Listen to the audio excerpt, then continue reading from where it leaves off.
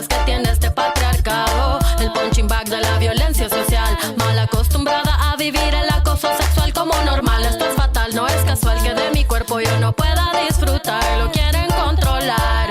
Esta fiesta que llevo dentro libero cuando bailo. No me hace falta amor porque yo me amo demasiado. No me hace falta de tu poder. El placer de romper las ataduras. Tu cintura, tu cintura sin censura. Tu cintura sin censura. Tu cintura sin censura. Hola, ¿cómo les va? Bienvenides, bienvenidas, bienvenidos. Nuevamente estamos aquí haciendo un programa en el que ya sabes, te proponemos que en lugar de que te incomode la letra E, te incomode la desigualdad.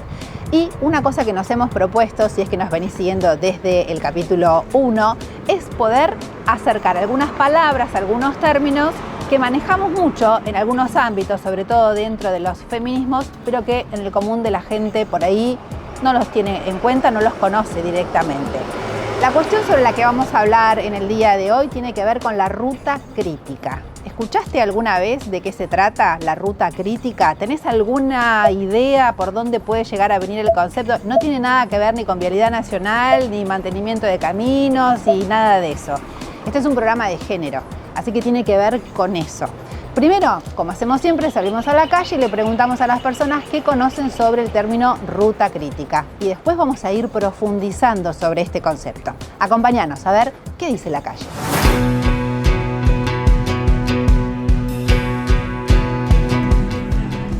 ¿Te puedo molestar con una preguntita?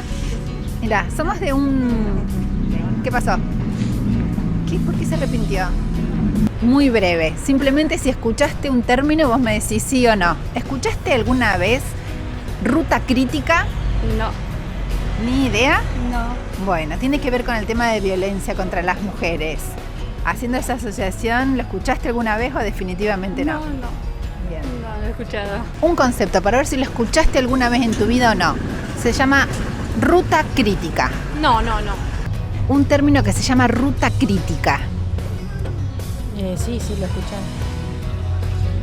¿Y tenés alguna idea con qué se relaciona? No, sí lo he escuchado, pero no. Tiene que ver con el tema de la violencia contra las mujeres y las diversidades. Ajá, bien. Y es como el recorrido que hacen las mujeres una vez que toman la decisión de salir de una situación de violencia y, bueno, cómo las instituciones atienden cada uno de esos temas y esas problemáticas. ¿Era más o menos por ahí o era otra cosa que habías escuchado? No, escuché eso así al pasar, pero Bien. no sabía. Te molesto con una pregunta para saber si escuchaste alguna vez el término ruta crítica. Te ayudo. Tiene que ver con la violencia contra las mujeres, contra las disidencias. Mira, no tenía idea. Se me hacía ruta crítica, idea de crítica de cualquier otra cosa, pero no sabía que tenía que ver en particular con eso. Sí, tiene que ver con cuando se toma la decisión de salir de la situación, después empezás a enfrentar las distintas instituciones y ahí se marca un camino que, bueno, tiene muchas dificultades. ¿Qué pensás respecto de que la cuestión de la violencia contra las mujeres y las disidencias sea una cuestión de salud pública? No, me parece perfecto. Me parece que tiene que ser algo en lo que hay que involucrarse, algo en lo que hay que concientizar. Justamente esto de que yo no sepa también dice mucho. Yo transito los caminos de los pasillos de la universidad y no tengo idea de estos conceptos que quizás estaría bueno que los tengamos más en claro y que se difundan un poco más.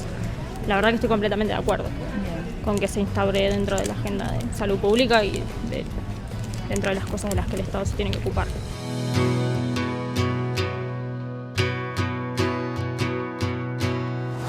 ¿Escuchaste? ¿Viste cuántas opiniones, cuánta asociación de ideas? ¿Cuánto nos tenemos todavía para aprender y para profundizar sobre el concepto de la ruta crítica? Y como hacemos siempre, una vez que salimos a recoger las opiniones, en el segundo bloque de vamos a hablar con alguien que sepa bastante del tema. Así que quédate a acompañarnos, porque en esta oportunidad vamos a estar hablando con la doctora Graciela López Gallardo, que sabe un montón del tema. Así que acompáñanos.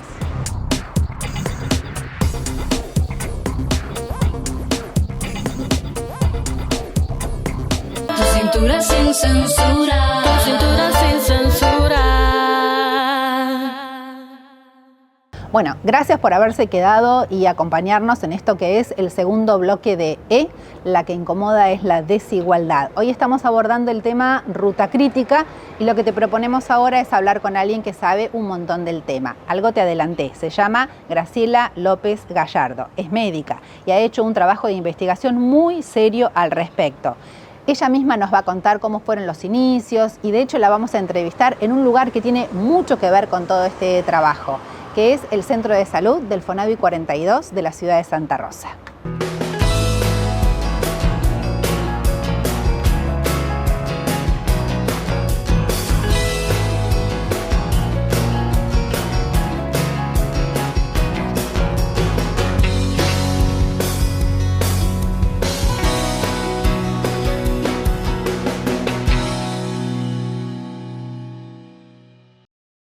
Mi nombre es Graciela López Gallardo, soy médica generalista, hice el magíster en salud pública porque mi compromiso siempre estuvo vinculado al hospital público. Hice la especialidad en violencia familiar en la UBA y además me considero una feminista, militante social, pañuelo verde, y siempre estaré del lado de la lucha por todo tipo de derechos y particularmente por la equidad de género. Bueno, estamos en este momento en el Centro de Salud Nélida Maldonado y agradecerle mucho a su directora por darnos la posibilidad de estar acá. Y este centro tiene una gran relevancia en mi historia profesional, en mi historia territorial y en mi historia militante como feminista que soy. Pudimos ver, gracias a esta comunidad, que la violencia basada en género, particularmente en el recorte fue en el ámbito intrafamiliar, era el gran problema que esta comunidad demandaba. Y a partir de esto comenzamos a hacer una capacitación, que fue la Dirección de Violencia de Género, o la Dirección de Violencia Familiar, quien nos la hizo.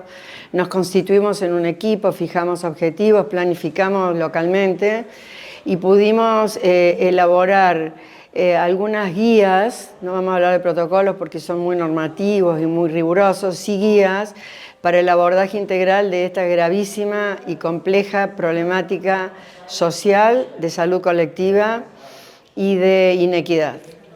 Y en ese sentido, a partir del 2003, que me hago cargo de la dirección de este centro de salud, comenzamos con un proyecto de planificación, con priorización de problemas, y el problema más relevante a solicitud de las mujeres de esta comunidad fue el maltrato infantil y la violencia basada en género, particularmente mujeres, en el ámbito intrafamiliar.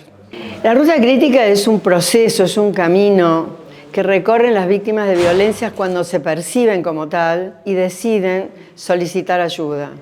Y eso tiene distintos componentes vinculados a las respuestas institucionales y la percepción que tienen de las respuestas institucionales las víctimas de violencia. Tiene otro componente que son los factores que impulsan, y los mismos factores que impulsan pueden ser los factores que obstaculizan la solicitud de ayuda. ¿Y cuál es el inconveniente y por qué es crítica? La definición oficial de la Organización Panamericana de la Salud la refiere como crítica porque son víctimas de violencia que recorren distintos estamentos institucionales formales.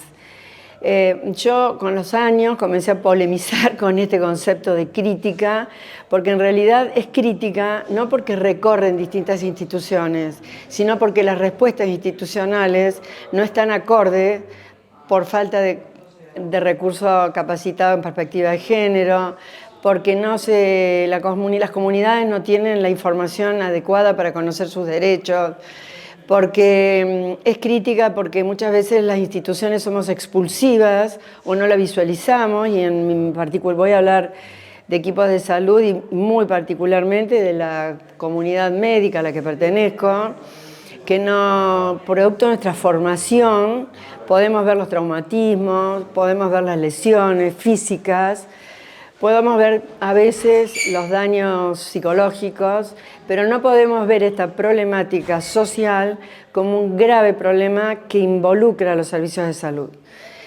El no visualizarlo genera invisibilidad, genera mayor discriminación y genera en muchas ocasiones mortalidad, que son los feminicidios. A nosotros en la Facultad de Medicina nos forman en lo que se llama el arte de curar. Y ya esa es una definición del perfil del capital humano que se está formando, porque si es el arte de curar, es reparar daño, es curar enfermedades. Y yo me plantaba en el paradigma de la salud colectiva y entonces hablamos de salud y no solo reparar daños. Esa formación académica que tenemos atraviesa todo nuestro ejercicio profesional. Entonces, como tenemos que curar, tenemos mayor capacidad para detectar lesiones, para detectar fracturas, para detectar las causas de consulta acá frecuentes, que eran causas, las consultas eran una demanda oculta, porque en realidad atrás de eso estaba la violencia, eran palpitaciones, cefaleas, algún hematoma. Y como médicos, médicas, nosotros, lo que logramos ver es eso, el aspecto físico. Y no podemos ver la dimensión, quizás el psicológico, pero no podemos ver en profundidad la implicancia que tiene en la salud de las personas el ser víctima de violencia. Entonces tiene implicancias individuales, tiene implicancias familiares, tiene implicancias sociales que atraviesan a nuestro entramado social, atraviesan a los servicios de salud y por lo tanto siempre hemos propiciado la capacitación del capital humano con perspectiva de género. La perspectiva de género no es una declamación, es un enfoque imprescindible para poder visualizar problemáticas que atañen a las instituciones y que merecen respuesta de calidad y de eficiencia, porque esas respuestas salvan vidas. Entonces, lo que sí hicimos acá es trabajar en distintos niveles y el nivel de prevención fue uno, que eso lo hicimos conjuntamente con la comunidad y con la conformación de todas las instituciones del barrio y el acompañamiento de la entonces Secretaría de Violencia Familiar, hoy Dirección de Violencia Familiar de la provincia, con capacitaciones, con trabajos en redes, porque nos dimos cuenta que las intervenciones o los abordajes institucionales eran absolutamente fragmentados. Entonces, por decirlo simbólicamente, más allá de la fractura interna o física que tiene per se una víctima de violencia, a esa fractura le agregábamos la victimización de la fragmentación institucional. La violencia de género es un problema de salud pública por las siguientes cuestiones. Primero, porque enferma y o mata. En general nosotros vemos la punta del iceberg, que son los feminicidios. Eso desde el punto de vista biológico. Pero desde el punto de vista social, genera no solamente la muerte, que son los feminicidios, yo utilizo feminicidio porque es la conjunción del asesinato o el homicidio por razones de género que produce quien ejerce violencia, y también la responsabilidad institucional o política por falta de políticas públicas con enfoque de género, que hoy más que nunca me parece que es necesario resaltar. Entonces, afecta a la salud individual.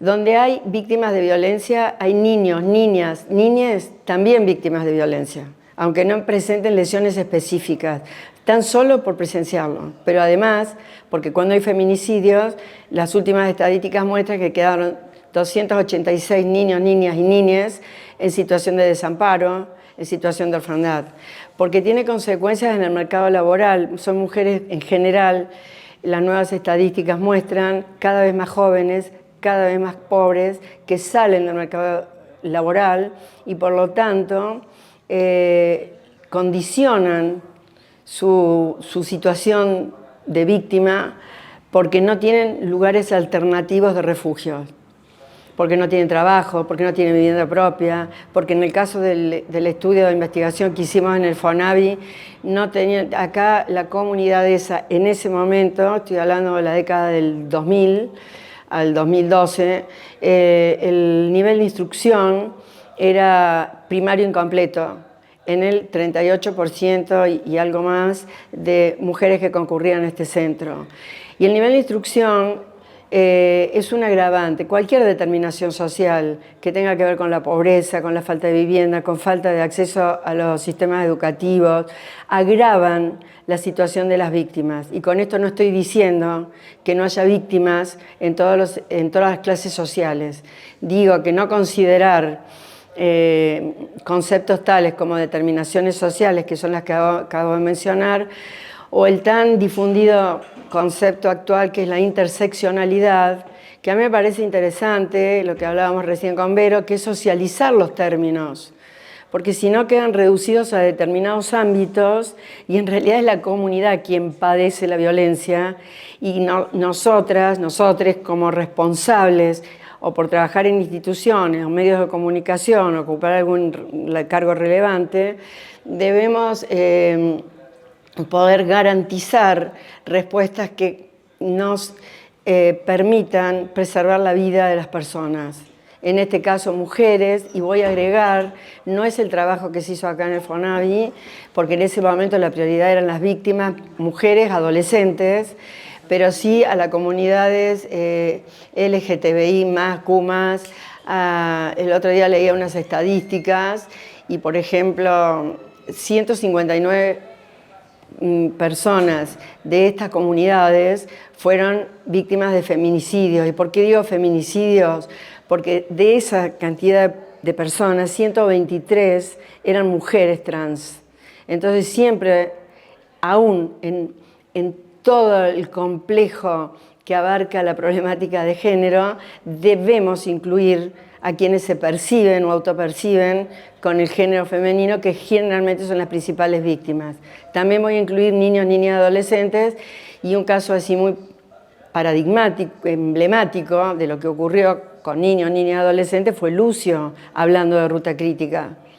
Porque Lucio pasó por todas las instituciones, 5 instituciones de salud, porque Lucio está grabado en el video que se popularizó, que es con un dedo fracturado, que salió por todos los medios de difusión, en una institución educativa, y no estoy culpando a quienes trabajan.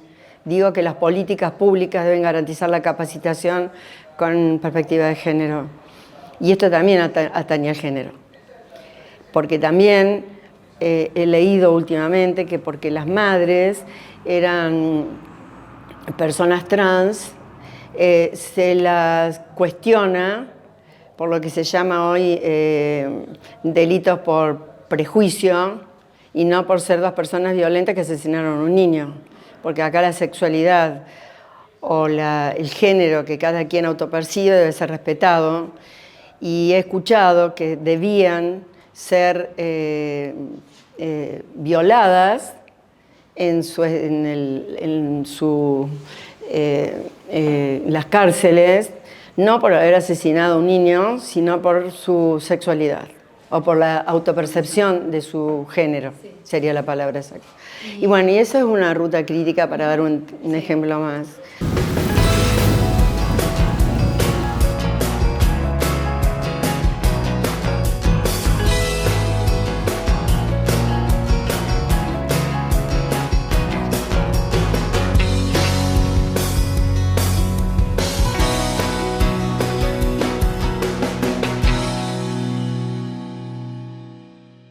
Cintura sin censura. Tu cintura sin censura.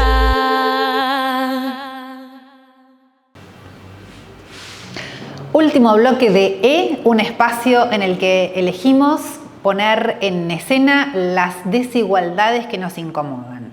Hoy hablamos de la ruta crítica, de la violencia intrafamiliar, de instituciones, de salud, de los caminos sinuosos, de los obstáculos que atraviesan las mujeres y las disidencias cuando deciden ponerle freno al maltrato. Ahora les pido que se queden un ratito más y que presten atención y que me escuchen, porque no todas las historias se pueden contar en los tiempos que se manejan en las redes sociales. El 11 de marzo de 2009, Argentina sancionó la ley 26.485. Las militancias feministas la habían reclamado por décadas. Habían recorrido los despachos del Congreso, mostrado a los y las legisladoras la necesidad de contar con un marco jurídico para proteger integralmente la vida de las mujeres. Era una deuda de la democracia. El texto final lleva el nombre de Ley de Protección Integral para prevenir, sancionar y erradicar la violencia contra las mujeres en los ámbitos en que desarrollen sus relaciones interpersonales. Alerta, spoiler, al día de hoy todavía muchos de sus artículos no se cumplen, básicamente porque no están reglamentados. Pero bueno, sigamos. En esta ley, a la que La Pampa adhirió en el año 2010, están expuestas las modalidades de las violencias por razones de género. Y en esa oportunidad nos vamos a ocupar, como ya vieron, de lo que es la violencia en el ámbito intrafamiliar. La norma sostiene que la violencia doméstica es aquella que es ejercida contra las mujeres por un integrante del grupo familiar, independientemente del espacio físico donde éste ocurra, que dañe la dignidad, el bienestar, la integridad física, psicológica, sexual, económica o patrimonial, la libertad, comprendiendo la libertad reproductiva y el derecho al pleno desarrollo de las mujeres. Y se entiende por grupo familiar el originario en el parentesco, sea por consanguineidad o por afinidad, el matrimonio, las uniones de hecho, y las parejas o los noviazgos incluye relaciones vigentes o finalizadas, no siendo requisito la convivencia. Desde la sanción de esta ley ha corrido mucha, pero mucha agua bajo el puente. Hubo y aún hay resistencias para su implementación, para la capacitación del personal estatal en la perspectiva de género, para adecuar los organismos a las demandas de protección.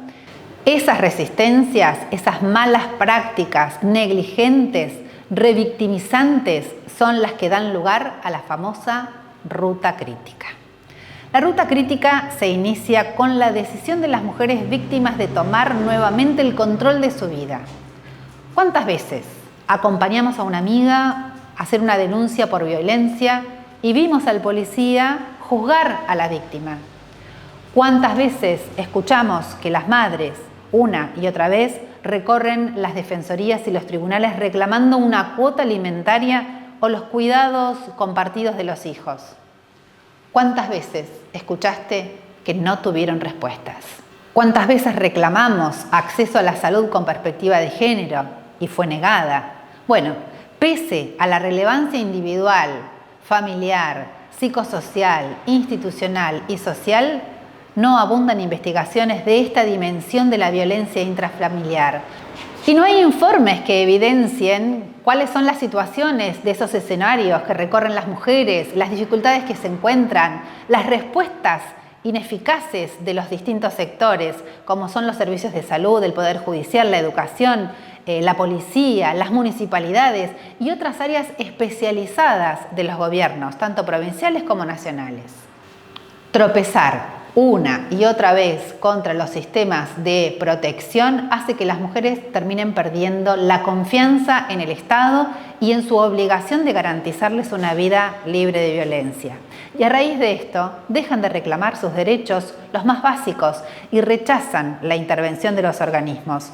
Eso no solo revictimiza, sino que pone en mayor riesgo a las víctimas que deben retroceder en su impulso de buscar ayuda. Y además genera que esto provoque un efecto contagio. El boca en boca sobre las experiencias fallidas desalientan a otras víctimas a buscar auxilio. La violencia deja marcas y no atenderlas provoca femicidios, provoca abusos sexuales, provoca atentados que son irreparables a la salud física y mental. Es por eso que nos dijo recién la doctora López Gallardo, resulta imprescindible considerar el concepto de una ruta crítica como un valor decisivo para el análisis de las respuestas institucionales vinculadas a los indicadores de enfermedad y muerte por esta causa. Le corresponde a los gobiernos desarrollar políticas públicas que entiendan la violencia intrafamiliar como un problema social complejo, multifacético y extendido, presente en todas las clases sociales, en todos los niveles socioeducativos, agravada por las determinaciones de edad, de clase, etnia, capacidades intelectuales. Le corresponde a los gobiernos abordarla como una cuestión de salud pública y nos corresponde a nosotros seguir hablando de esto. Nos vamos a ir y les dejamos esta reflexión y les dejamos un lindo tema musical para que sigan escuchando. Lo hace Bebe y se llama Ella. Hasta la próxima. Hoy vas a descubrir que el mundo es solo para ti, que nadie puede hacerte daño, nadie puede hacerte daño. Hoy vas a comprender que el miedo se puede romper con un solo portazo. Hoy vas a hacer reír porque tus ojos han cansado de ser llanto, de ser llanto. Hoy vas a conseguir reírte hasta de ti y ver que lo has logrado. Hoy vas a ser la mujer que te dé la gana de ser. Hoy te vas a querer como nadie te ha sabido querer. Hoy vas a mirar para adelante, que para atrás ya te dolió bastante. Una mujer valiente, una mujer sonriente, mira cómo pasa. Hoy nació la mujer